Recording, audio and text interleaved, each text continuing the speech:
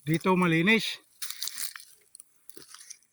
dito sa taas pero walang nagtubo na mais. Palpak na naman yung tanim natin. Yan. Wala. Mayroong isang nagtubo. Yan. Paano pag ganyan lagi?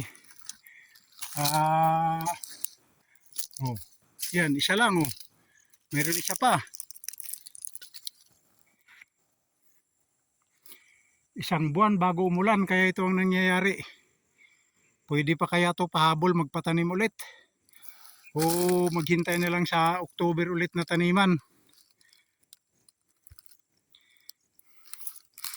Kung magulan siguro itong July hanggang August, pwede pa siguro magpatanim. Pero pag hindi na umulan tong July, bago magkakatapusan wala na. Magtanim na lang siguro kami sa October o November na taniman, na cropping. Pero ngayon parang wala ng pag-asa. Palpak na talaga yung tanim dahil walang nagtubo. Yun lang mga kamais.